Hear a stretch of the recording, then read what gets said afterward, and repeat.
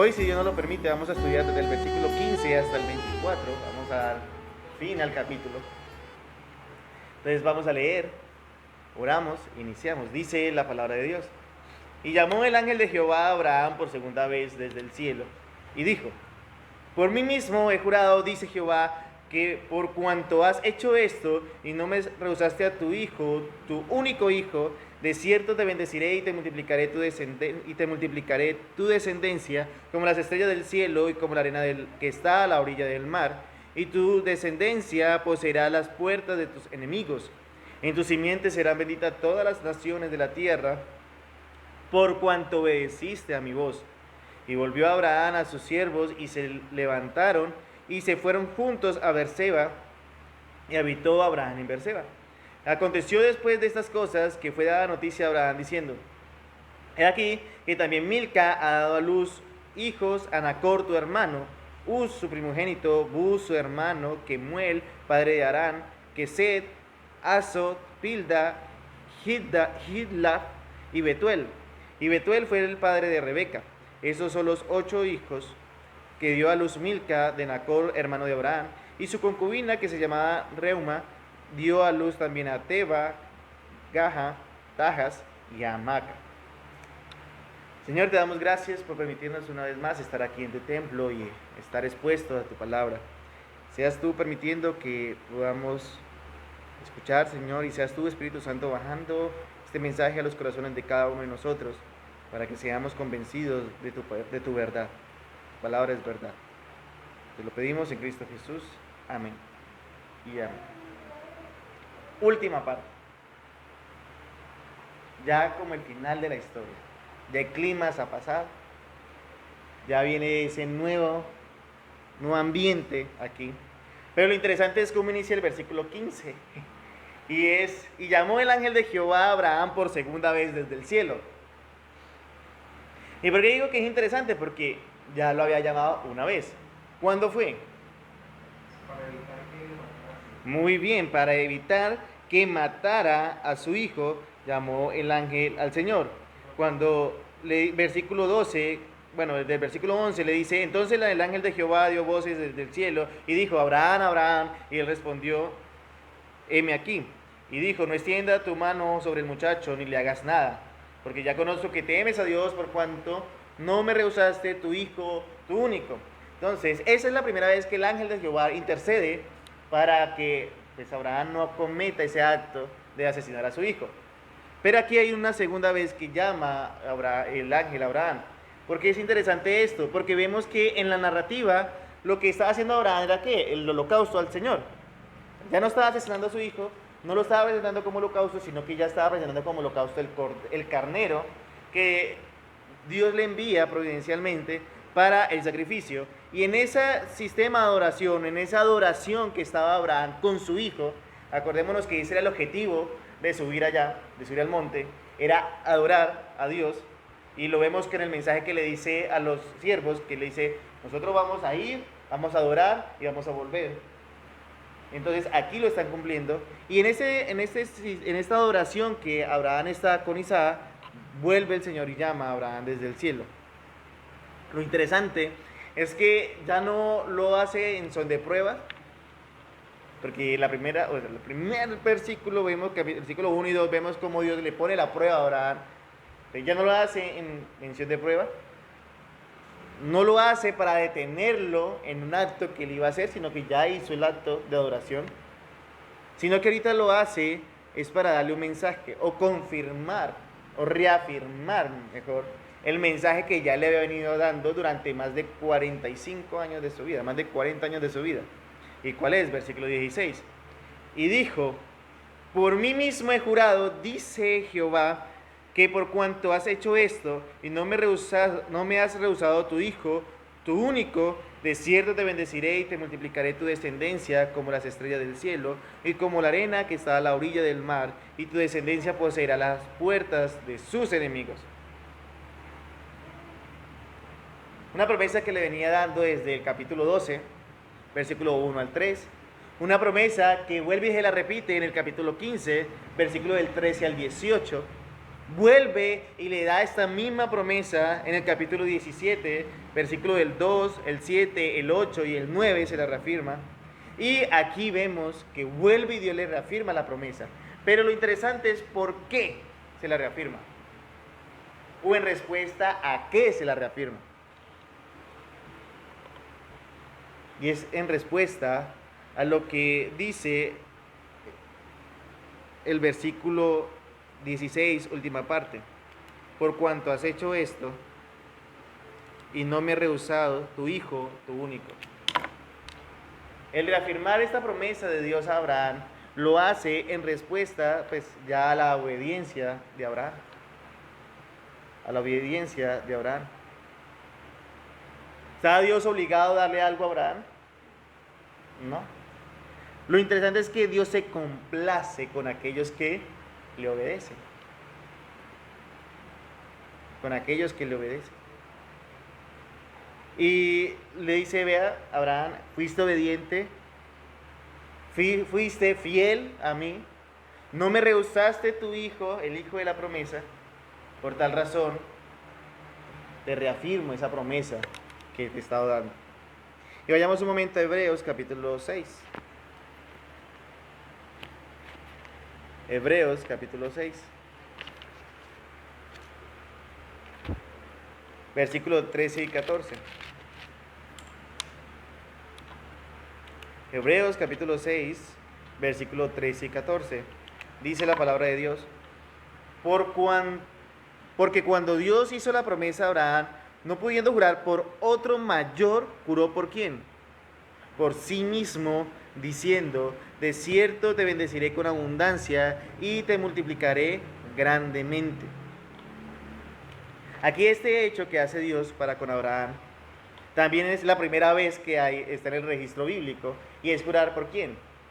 Por él mismo. Por él mismo. De tal forma que lo que le está diciendo a Dios a Abraham es, no tenga duda alguna que yo lo voy a cumplir. Así como en tu mente estaba que yo era poderoso para levantar a Isaac de entre los muertos y de cumplirte la promesa y darte en él descendencia como las estrellas del cielo y como la arena del mar, ahora tenlo por seguro que por mí mismo no voy a faltar a esa promesa. No voy a faltar a esa promesa. Y Dios sabemos que no es hombre para que mienta, ni hijo de hombre para que se arrepienta. Por eso dice la misma palabra, no yendo por nadie mayor por quien jurar, juró por quién, por sí mismo. Si en la mente de Abraham tenía alguna duda de todo lo que había acontecido y de que Dios de pronto fuera a faltar a su promesa, pero sabemos que no, pero digamos que tuviera alguna duda, Dios lo que hace aquí es eliminar toda duda en la vida de Abraham.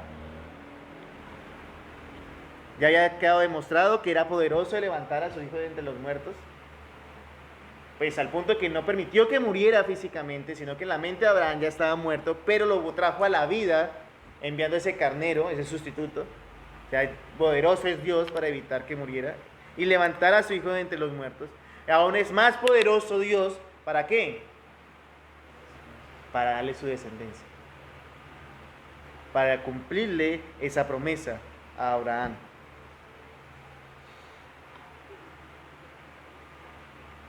¿Y cómo sabemos que se cumple? Vamos un momento a Hechos.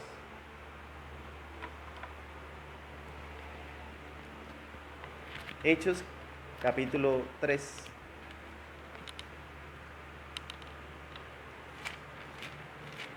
Me acuerdo mucho de la predicación de Alonso sobre este capítulo y este versículo.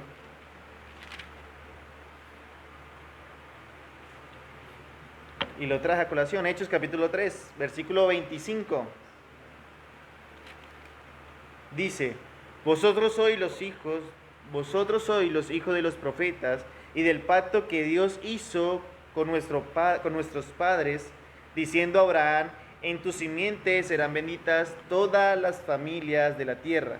A vosotros primeramente Dios, habiéndolo levantado a su Hijo, lo envió para que os bendijese, a fin de que cada uno se convierta de su maldad. Cumplimiento de la promesa. Bueno, sabemos que el cumplimiento de la promesa a Abraham pues, es en Cristo, pero aquí lo que está haciendo Pedro en su discurso es recordándole a estos personajes, a esta audiencia, de dónde vienen, por qué vienen y en quién vienen. ¿De dónde viene? De Abraham, su padre. ¿Por qué vienen? Pues por el cumplimiento de la promesa que Dios le hizo a Abraham.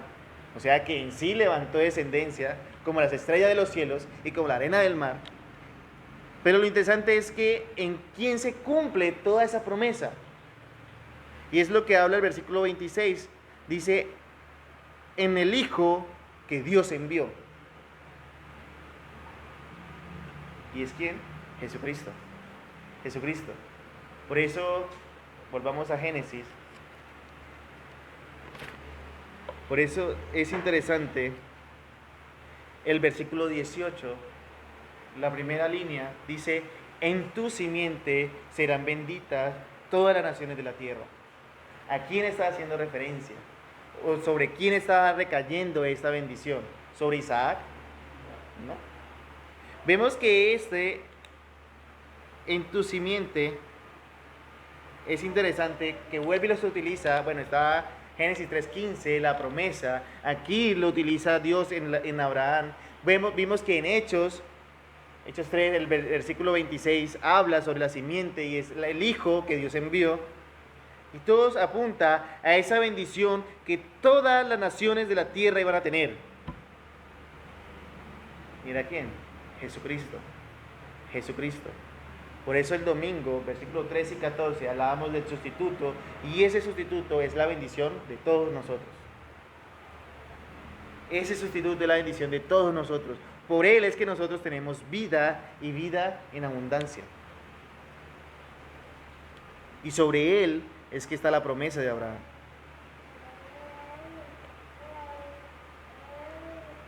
Vemos este gran desenlace que tiene este capítulo. Y es mostrarnos una vez más que sí va a haber bendición sobre la tierra, que sí va a haber el cumplimiento de esa promesa que Dios le había hecho a Abraham, pero que todo iba a recaer sobre una sola persona. Y es la persona de Cristo. La persona de Cristo. Por eso Juan el Bautista, en Juan capítulo 3, vimos que cuando ve a Cristo, dice, he aquí el Cordero de Dios que quita el pecado del mundo. Y por eso cuando en Cristo se da el anuncio del nacimiento de Cristo, el ángel le dice a José, le pondrás por nombre Jesús, el cual significa ¿qué? El que quita, ¿el qué? El pecado del mundo. La simiente, la simiente. En tu simiente serán benditas todas las naciones de la tierra, por cuanto obedeciste a mi voz. Y por esta promesa, y por este pequeño fragmento del versículo 18, nosotros tenemos la confianza que también somos benditos de Dios, y que somos descendencia de Abraham. Y sobre nosotros recae esa bendición. Por tal razón tenemos la confianza de que Cristo también no solamente fue sustituto para los judíos, sino también fue sustituto para ¿quién? Para todos nosotros. A fin de que rompe el muro de judíos y gentiles y de dos naciones hace una sola.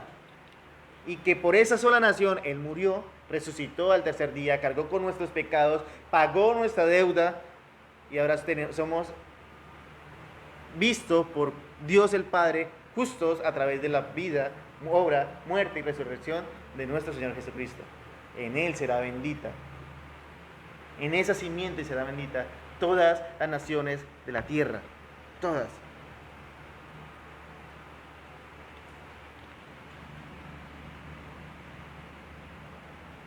¿Qué hacer? ¿Qué hacer con esas verdades? Hacer lo que hizo Abraham. Si somos hijos de Abraham, hacemos lo que nuestro padre Abraham hizo. Obedecer a Dios. Obedecer a Dios. Me acuerdo mucho las palabras de Cristo con los fariseos cuando dicen, ustedes dicen que son hijos de Abraham, pero si fuesen hijos de Abraham, las obras de vuestro padre Abraham quisiese hacer. Pero vosotros sois hijos ¿de quién? de vuestro padre el diablo. Los confronta de tal forma que acaba con toda la esperanza que ellos tenían, esa falsa esperanza que habían puesto por simplemente un linaje. Pero en sí, si de verdad fuesen hijos de Abraham, las obras de Abraham quisieran hacer. Igual nosotros somos hijos de nuestro padre ¿qué? Abraham, tales obras queremos hacer.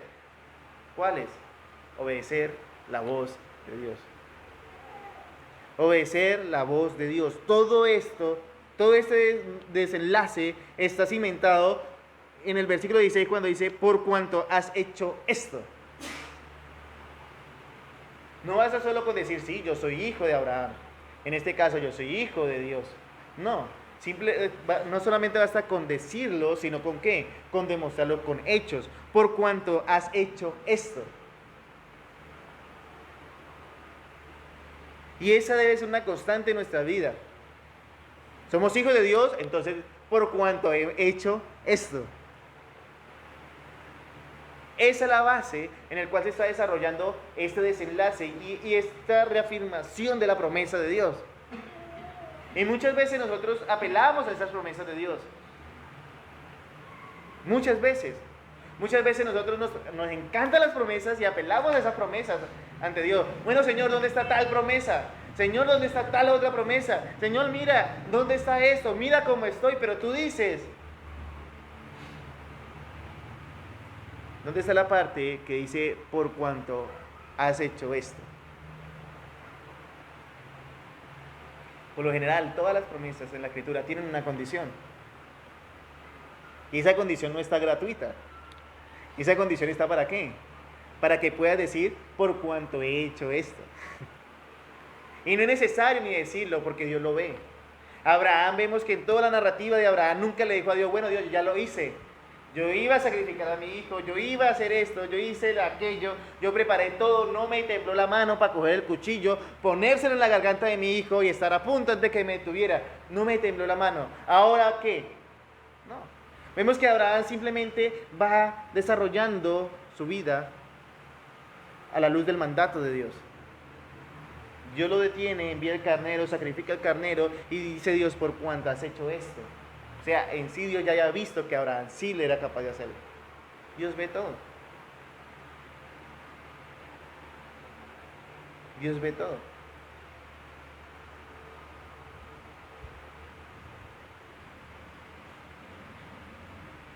Y como ve todo, cumple. Tanto sus promesas como las consecuencias de la desobediencia. No se nos olvide eso.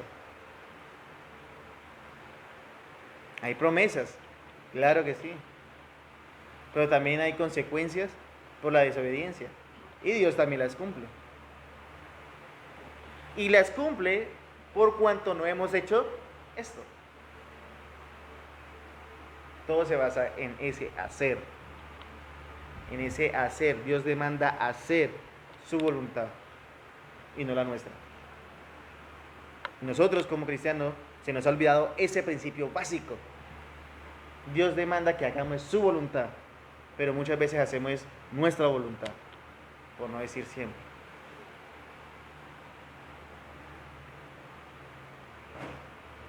Lo mejor que nosotros podemos hacer cuando Dios nos pide algo, ¿sabe qué es?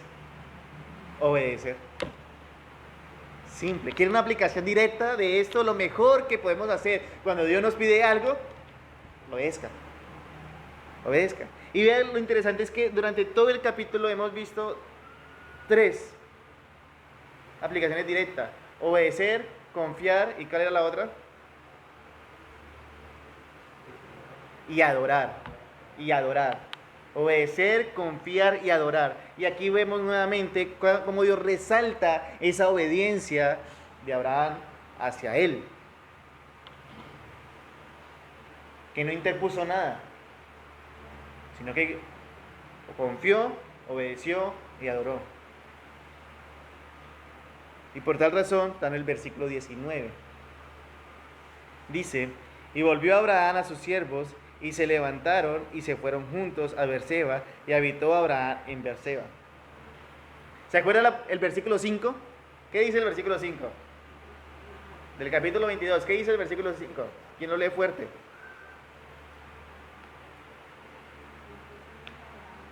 Versículo 5. Entonces Abraham dijo a sus siervos: quédense aquí con el burro, el muchacho y yo iremos allá, adoraremos a Dios y volveremos por ustedes. Gracias. Veíamos cuando tocamos el versículo 5 que en la mente de Abraham lo único que le pasaba era: Dios es poderoso para levantar a mi hijo entre los muertos. Y por tal razón él estaba seguro de que iban a volver los dos con su siervo. Versículo 19 es el cumplimiento de ese versículo 5. Y volvió Abraham a sus siervos y se levantaron y se fueron juntos a Berseba, y habitó Abraham en Berseba. Vemos el cumplimiento de las palabras de Abraham por poner la confianza en el Señor y obedecer en el Señor. ¿Quiénes regresan? Juntos, todos. Abraham, Isaac y sus dos siervos. Y vemos que también en este versículo 19, al regresar a Abraham con sus siervos, también lo que le está diciendo Abraham a su siervo es que ya hicieron lo que iban a hacer. ¿Y qué era? Adorar a Dios. Adorar al Señor. Acordémonos que el sacrificio es la evidencia física de esa adoración, pero como tal es esa obediencia continua hacia Dios. Y cuando ellos regresan, lo que está diciendo es: ya adoramos al Señor. Ya obedecimos todo lo que el Señor estaba demandando. Ya ofrecimos el holocausto. Ahora ya estamos aquí listos para regresar a nuestras casas.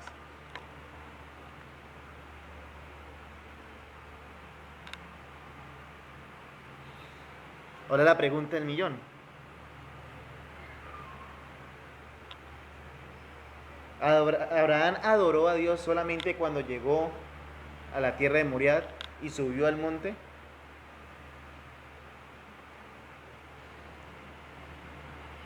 No. Vemos una disposición en el corazón de Abraham para la adoración al Señor. Y vemos que esa adoración al Señor comienza desde que Dios le pide esa adoración. El llegar a la tierra de Moriah, el subir al monte con el muchacho, el hacer el altar, el amarrar al muchacho, el hacer todo lo que ya hemos visto, el ofrecer el carnero en vez de Isaac, todo esto ya son evidencia de esa preparación con anticipación, valga la redundancia, para llegar a ese momento de adoración. ¿Y por qué digo esto? Porque hoy en día nosotros, el pueblo de Dios, no nos disponemos para adorar al Señor. Y se ve reflejado en la congregación. En una predicación me acuerdo que una vez les dije que en la congregación se veía el tiempo que pasábamos orando al Señor, escudriñando las Escrituras, preparándonos para ese día de adoración pública al Señor. Y aquí con este relato de Abraham podemos ver cómo se ve reflejado esa preparación con anticipación.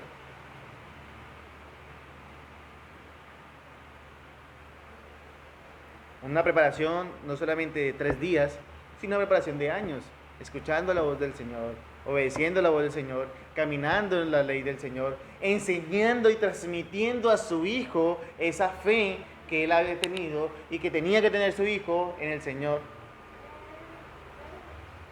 Un caminar continuo hacia el Señor. Pero el pueblo hoy en día se conforma con simplemente es domingo, vamos a la iglesia. Pero su vida no tiene una preparación de adoración al Señor. Ni en la semana tuvo una preparación de adoración al Señor. Se ve reflejado en la congregación. Se ve reflejado en la congregación. El desinterés, el cabeceo muchas veces, el no saber manejar su Biblia, el simple hecho de no saber manejar su Biblia. Sí, es cierto, y lo reafirmo, uno coge una Biblia diferente a la de uno y se puede demorar un poco. Yo soy muy rápido con mi Biblia, aunque la tengo llena de separadores, papeles, apuntes, predicaciones. Yo cojo otra Biblia, me demoro un poco, pero conozco la Biblia. Pero lastimosamente, aún el pueblo con su propia Biblia, y no conoce su Biblia. Ahí se ve esa preparación que ha tenido durante su vida. Al menos durante la semana.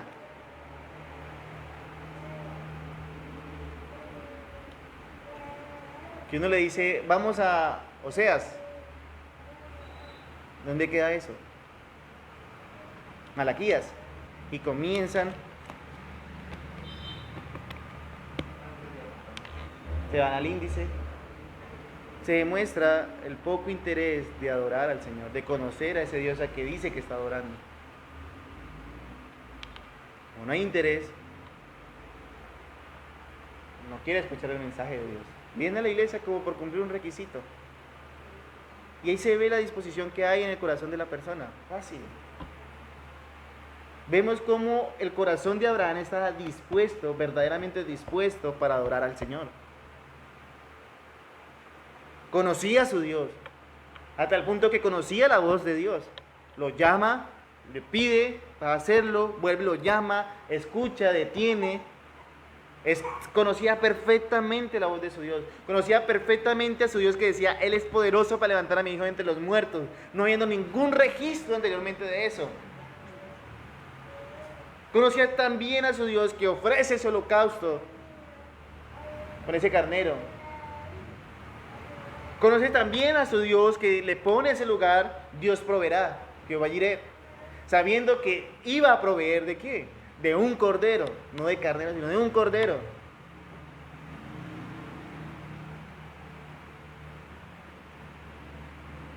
El llamarnos hijos de Dios no es simplemente un nombre de cliché, que lastimosamente así se está utilizando hoy en día en el pueblo evangélico. Todo el mundo dice serse hijo de Dios. ¿Conocen a su Padre? ¿Conocen a su Dios?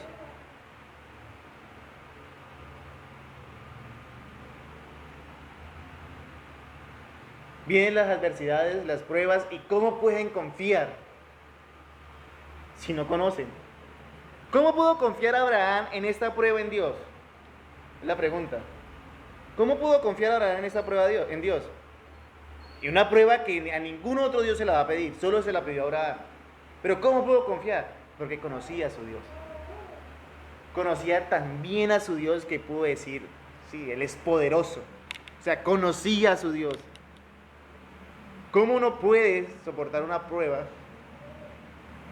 ¿Cómo un cristiano de hoy puede soportar una prueba? No puede. Por eso vemos mucho que reniegan, que se alejan. Esto no es para mí. Yo estaba mejor antes. ¿Por qué? Porque no conoce a su Dios.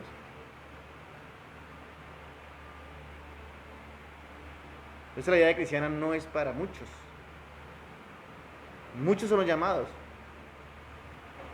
pero pocos los escogidos.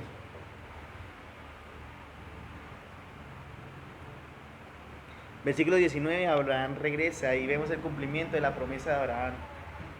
Ya fueron, adoraron, volvieron, regresan a sus casas. La oración, vemos aquí que la oración no simplemente se basa en cánticos y escuchar un sermón y ya. La adoración aquí vemos es un estilo de vida continuo, constante, en obediencia al Señor. Esa es una verdadera adoración. Y que cuando escucha la voz de Dios, ¿qué hace? Obedece esa voz de Dios que ha escuchado. Sencillo.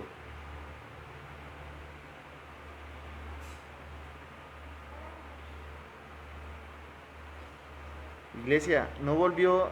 Y después de esto, cuando Abraham regresa a sus siervos, vemos que dice, y habitó en Berseba. Corrió un poco toda su tienda, su vivienda.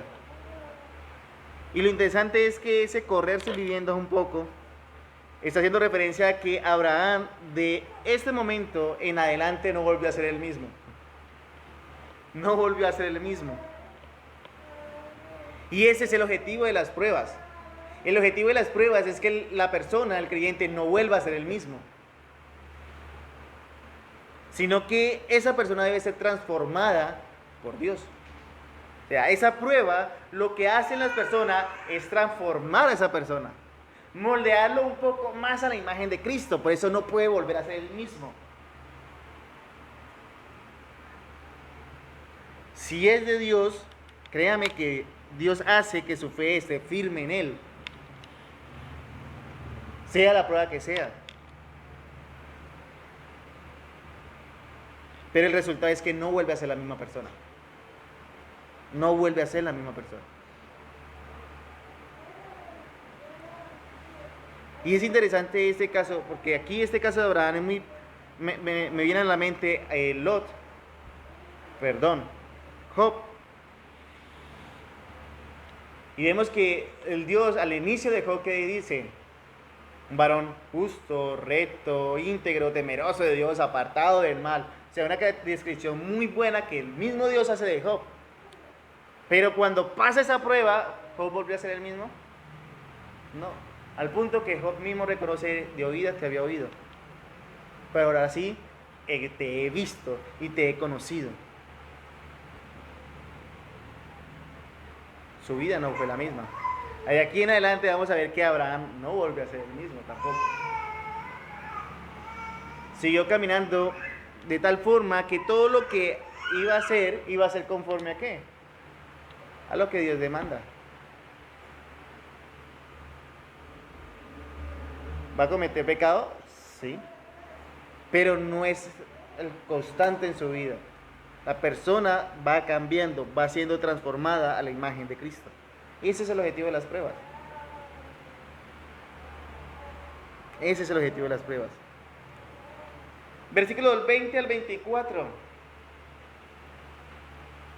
Dice: aconteció después de estas cosas que fue dada noticia a Abraham diciendo: he aquí que también Milca ha dado a luz hijos a Nacor, tu hermano, Uz su primogénito, Buz su hermano, Kemuel, padre de Harán. Mire, aquí hay unos nombres muy bonitos para cuando quieran tener más hijos, puedan sacarlos de acá. Lo que no hemos tenido hijos y lo podamos sacar de acá. Mire, póngale cuidado. Harán, versículo 22, Keset, Aso, Pilda, Hilaf y Betuel. Hemos dicho unos nombres espectaculares. Oye, Stephanie, cuando quieras puedes tomar de estos y listo.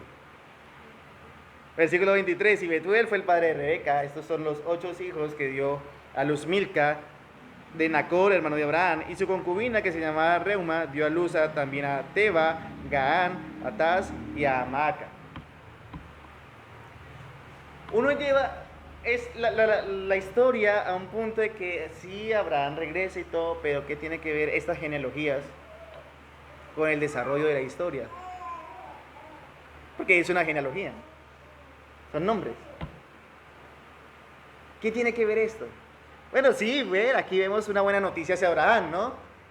Uno puede decir, sí, después de que casi pierde a su hijo, pues Abraham recibe una buena noticia, es que su hermano, al que llevaba años sin ver, pues tiene hijos.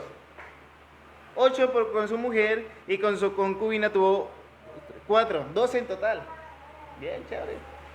Pero, ¿esto a qué aporta o por qué está ahí? Moisés no tuvo nada más que escribir, entonces escribió esta parte. ¿Sí? No es por eso que está aquí esta genealogía y estas buenas noticias hacia Abraham. Estamos mirando el desarrollo o la reafirmación de la promesa, y que le dice: tu bendición será tan grande como las estrellas del cielo, como la arena del mar. Después de esto, vemos que será bendita en la simiente de Abraham todas las naciones de la tierra, que sea en Cristo. Pero entonces entra esta genealogía, y lo que está mostrando aquí es, ahora sí, el desarrollo del cumplimiento de la descendencia como las estrellas del cielo y como la arena del mar. ¿Cómo así? Pero no es Abraham, es Nacor. Sí, no es Abraham, es Nacor. Pero Nacor, ¿a quién tuvo? Hay algo interesante aquí. Hay un nombre en específico, olvidémoslo de todos los demás. Hay uno en específico y es Betuel. Betuel. Y este nombre es muy importante en la historia y la narrativa y el desarrollo del cumplimiento de esta promesa de Dios. ¿De cuál? De tanto la descendencia sobre Isaac y de cuanto a la simiente de Abraham. ¿Por qué razón? Porque Betuel tuvo ¿a quién? a Rebeca. ¿Y quién es Rebeca? La esposa de Isaac. O sea, después de que recibe a su hijo a la vida, Dios le dice, vea, he aquí, aquí tiene la que va a ser esposa de su hijo. Interesante. Porque al mismo tiempo que Dios le está dando la promesa, le está reafirmando la promesa, al mismo tiempo le está mostrando de dónde va a sacar el cumplimiento de la promesa.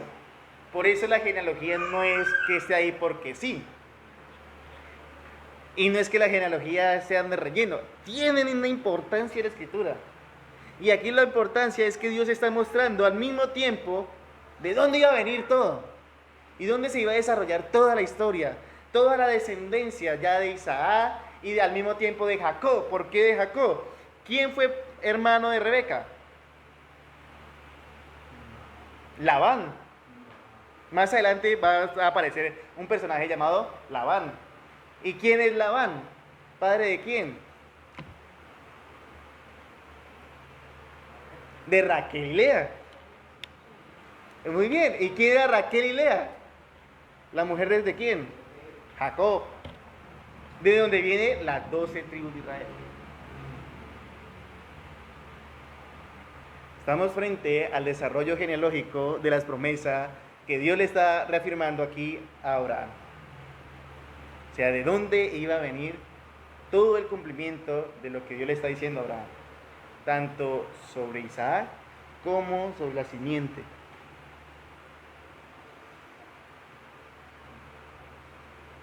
Es algo que muchas veces uno lo pasa desapercibido. Cuando yo leí el texto por primera vez, yo dije, pues, ¿qué tiene que ver eso con lo que se vienen hablando? Pero bueno, palabra de Dios, Dios no se equivoca. Pero muchas veces no nos detenemos a mirar estos pequeños aspectos, porque hay cosas que uno como que no concuerda, pero que son importantes, son pequeños detalles. Y el pequeño detalle aquí es que Isaac vuelve a la vida. En la mente de su padre estuvo 3 días muerto. Dios se lo regresa a la vida, pero al regresarle a la vida, le reafirma la promesa, pero le muestra de dónde va a venir todo. Ese es Dios. Ese es Dios. Tras la prueba está la salida.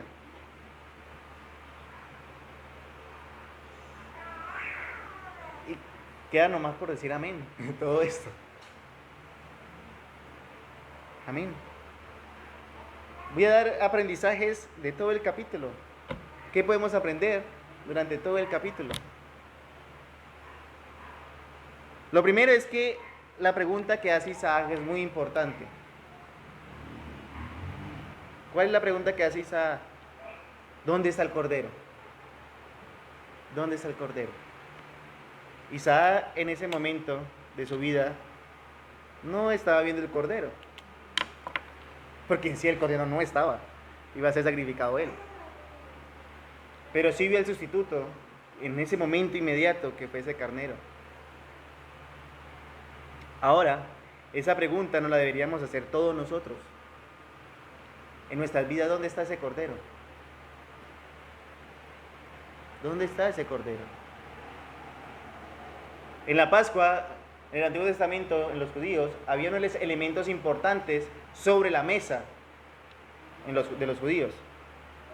¿Sí se acuerda cuáles eran los elementos importantes que había?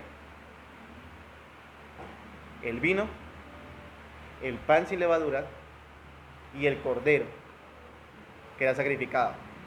3 elementos importantes que estaban sobre la mesa de todos los judíos en la fiesta de la Pascua. Cuando llegamos al Nuevo Testamento y vemos la última cena de nuestro Señor Jesucristo con sus apóstoles, que estaban celebrando ¿qué? La fiesta de la Pascua. Vemos que hay unos elementos sobre la mesa. ¿Y cuáles eran esos elementos? El pan y el vino. Pero sobre la mesa no estaba el cordero. Porque el cordero, ¿dónde estaba? Sentado a la mesa. Que días después, horas después, ese cordero que estaba sentado a la mesa iba a ser crucificado y sacrificado.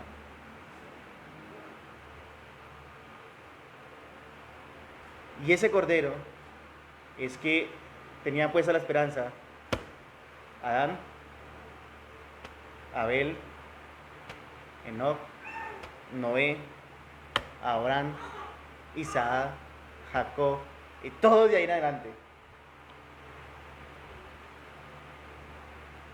Siempre estaban esperando ese cordero que llegó a la cruz.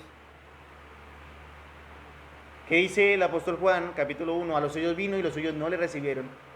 Pero a todos los que le recibieron, a los que creen en su nombre, le dio potestad de ser hechos hijos de Dios. Y esto no por voluntad de sangre, ni por voluntad de carne, ni por voluntad de varón, sino por voluntad de Dios. De ahí en adelante, la pregunta para todo era, ¿dónde está el cordero? A los creyentes decía, crucificado. Crucificado. Los que vivieron en la época, crucificado. Ahí está el cordero. Vimos que ese cordero fue sepultado. Y le preguntaban a sus discípulos, ¿dónde está el cordero? Sepultado.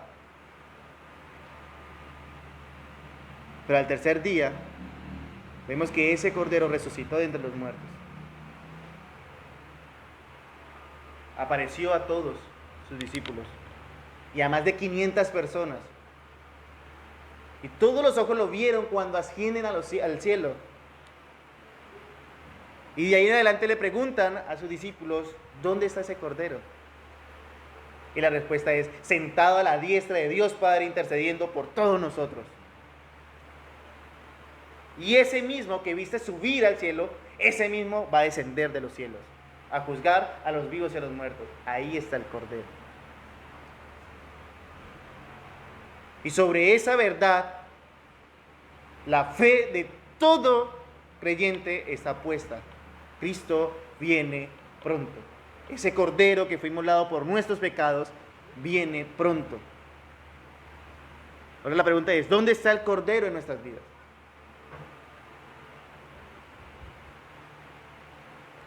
Está sentado a la diestra de Dios Padre intercediendo por todos nosotros y estamos en la espera que ese cordero venga por segunda vez a juzgar a los vivos y a los muertos y a llevarnos juntamente con Él a disfrutar la presencia de Él.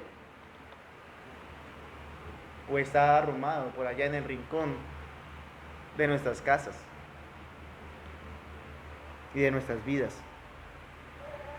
Es una pregunta que debemos hacernos todo el tiempo. ¿Dónde está el cordero? ¿Dónde está el cordero? Porque si decimos que el cordero está arriba, sentado a la diestra de Dios, intercediendo por todos nosotros, esto conlleva en nuestras vidas una obediencia a ese cordero. No es solamente decirlo, sino vivir conforme a lo que demanda ese cordero.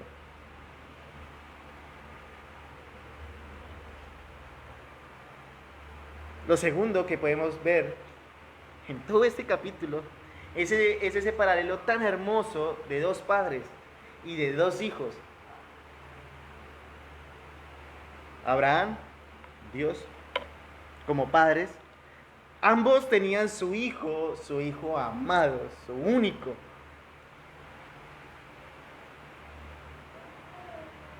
Y lo interesante es que estos dos hijos habían nacido con el mismo propósito. Bueno, vemos que en Isaac hay un sustituto. Pero el propósito de estos dos hijos, ¿cuál era? Morir. Morir. En Cristo se muere. Se cumple ese propósito físicamente. Muere. Muere por amor de sus escogidos. Muere para llevar el pecado de todos nosotros. Muere por ser ese sustituto que lo vimos el domingo. No quiero regresar, pero es maravillosa esa obra de Cristo. Pero lo interesante es que es un paralelo entre dos padres y dos hijos. Ambos hijos, ahora vemos, ambos hijos estuvieron sujetos a la voluntad del Padre, de su Padre. Ambos, tanto Isaac como Cristo, estuvieron sujetos a la voluntad del Padre. Estuvieron tan sujetos que llegaron al punto de ofrecerse también ellos voluntariamente a ese sacrificio.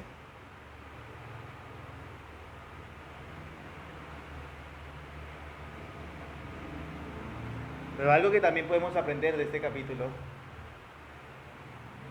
es cómo Dios recompensa la obediencia. En Isaac le envió un sustituto. No permitió que muriera, que hubiera muerte. Le envió un sustituto. En Cristo le dio un nombre que es sobre todo nombre. Y en el nombre de Jesús se doblará toda rodilla de los que están arriba en el cielo, en la tierra y debajo de la tierra. Y toda lengua confesará que Jesucristo es el Señor, para gloria de Dios Padre. Recompensa la obediencia.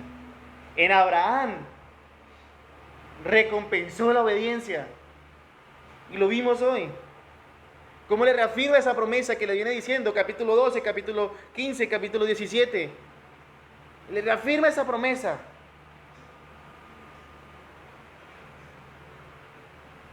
Pero al mismo tiempo también le muestra de dónde va a salir el cumplimiento de esa promesa. Y eres su hermano.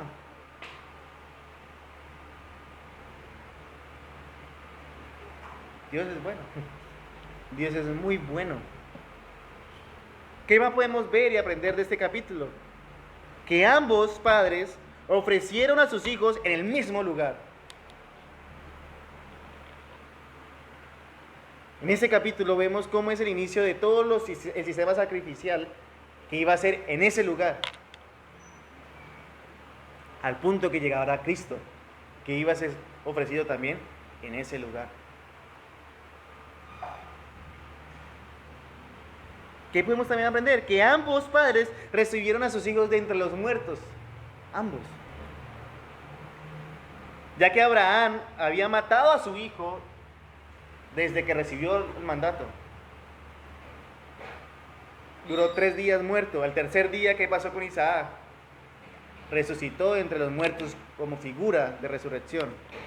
En Cristo duró 3 días muerto, literalmente muerto, físicamente muerto.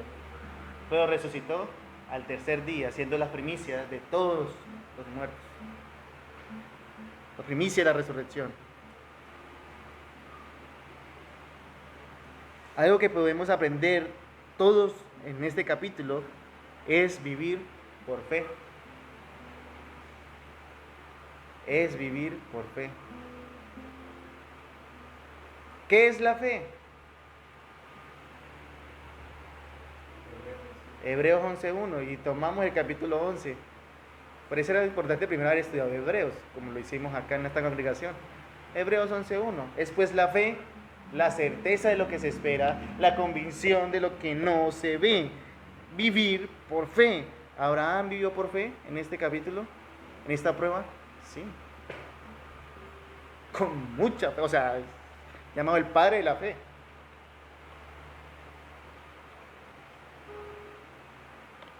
Y algo que debemos tener en cuenta y es que el vivir por fe me debe llevar ¿a qué? A obedecer.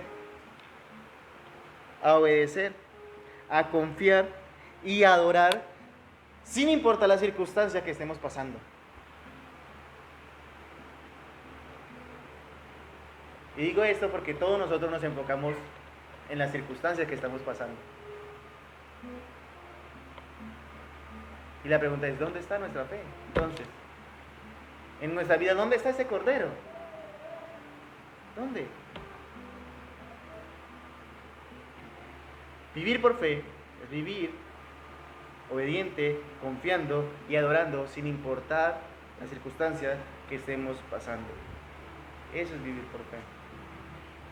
Y eso lo podemos aprender en ese capítulo.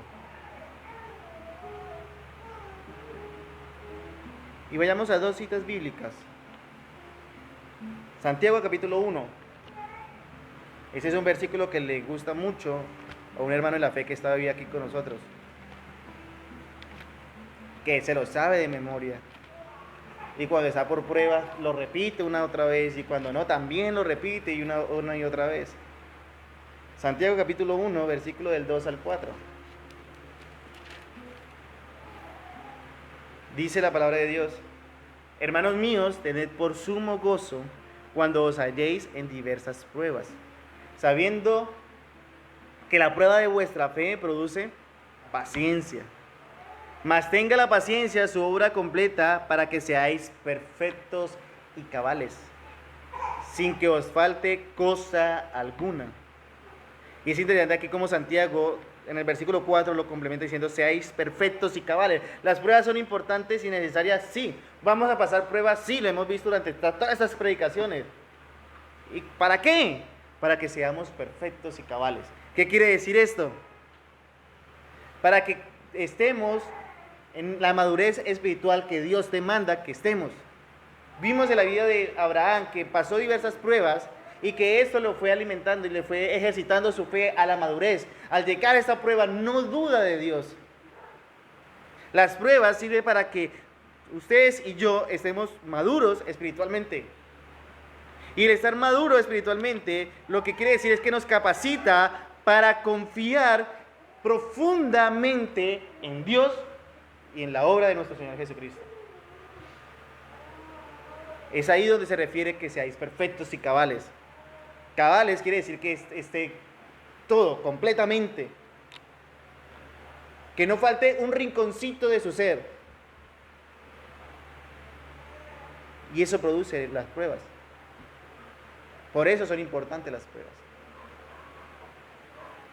Y vayamos a Primera de Pedro. Primera de Pedro, capítulo 1, versículo del 6 al 9. Primera de Pedro, capítulo 1, versículo del 6 al 9 dice: en lo cual vosotros os alegráis, aunque ahora por un poco de tiempo, si es necesario, tengáis que ser afligido en diversas pruebas, para que sometida a prueba vuestra fe, mucho más preciosa que el oro, el cual, aunque perecedero, se prueba con fuego, sea hallada en alabanza, gloria y honra cuando sea manifestado Jesucristo, a quien amáis sin haberle visto, en quien creyendo, aunque no lo veáis, os alegráis con gozo inefable y glorioso, obteniendo el fin de vuestra fe, que es la salvación de vuestras almas.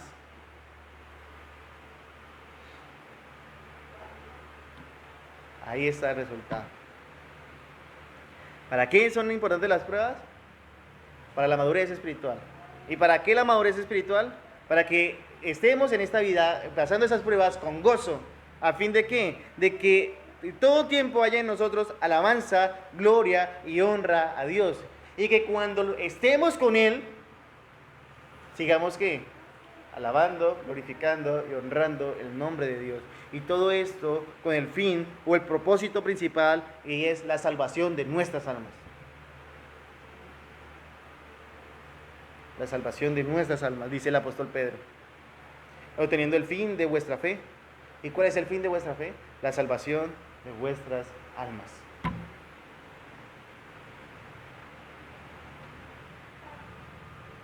Todo esto para que nuestro carácter sea moldeado al carácter de Cristo. Por eso el apóstol Pablo en Romanos capítulo 8 habla que nosotros seamos moldeados a la imagen de su Hijo, para que Él sea el primogénito entre muchos hermanos, y todo esto con el fin de nuestra salvación. Todos llegan a ese mismo final. ¿Y cuál es? La salvación de vuestras almas.